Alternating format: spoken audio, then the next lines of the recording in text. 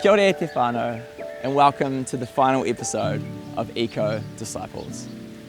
Across these 6 episodes, we've explored the story of creation from its beginning, through what went wrong, to the restoration Jesus brings, and what that means for how we live in Aotearoa today. But let's be honest. When we hear about climate change, pollution, the loss of biodiversity, it's easy to feel small. Like, what can one person, one youth group, or one church really do? But here's the thing. The Bible is full of stories where God uses small things, little people, little actions, small seeds to bring about huge change. Small, faithful steps matter. God works through ordinary people, doing ordinary, small things with great love.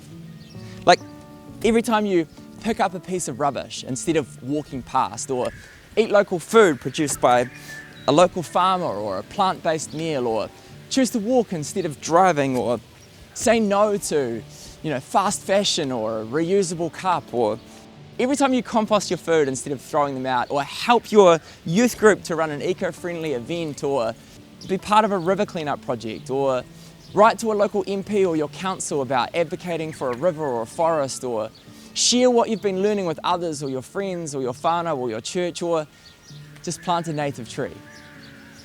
Every time you're sowing a seed, and that seed might inspire someone else, or even restore a small patch of the earth, maybe even shift the culture of your church. By doing it, you're participating in the restoration that Jesus began, and the Spirit is sustaining. The Spirit is with you, bringing life out of chaos. At the River o Pawaho, which is my church, we're still learning what it means to care for creation, but we've started doing small things, practical things together. Like, we try to avoid waste at our church gatherings, and some of us are intentional about biking or carpooling to church, or we've joined with others in the community to care for our local whenua. We're learning about the story of the land and the people who've cared for it before us, and we've even helped to plant thousands of native trees along the banks of this very river, the river that runs through our neighbourhood. It's not flashy, but it's real, and it's teaching us to love God, not just with our songs, not just with our words, but with our hands in the dirt. And here's what's really important. This isn't about guilt. It isn't about being perfectly sustainable.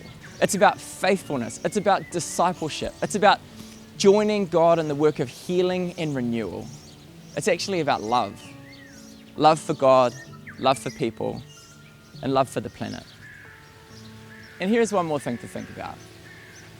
Creation care doesn't stop with picking up rubbish or planting trees. Like, those things matter, but they are just the beginning. There are so many ways to partner with God in doing good in the world. You could explore things like engineering, or education, or farming, business, science, art, policy, psychology, ecology, theology, or like design. All of these things can be used to help restore God's good world.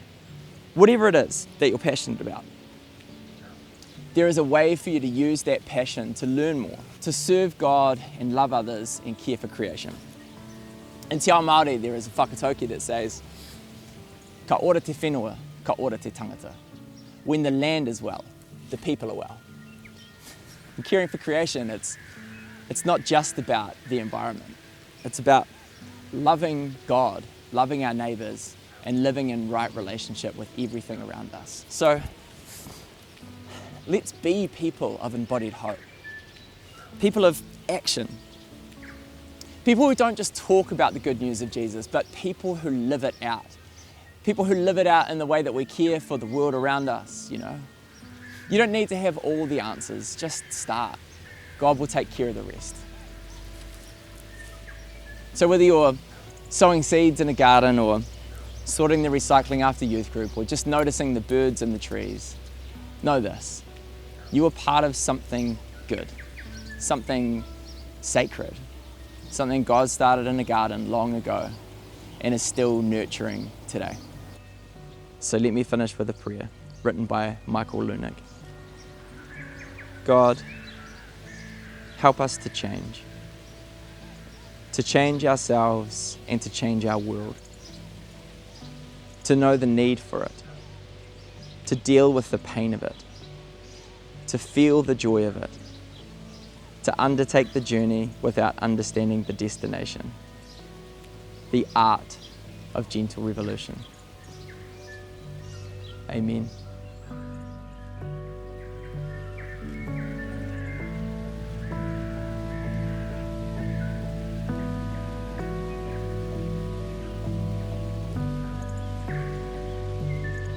And that brings us to the end of the Eco Disciples series. Ngā mihi nui kia koutou katoa.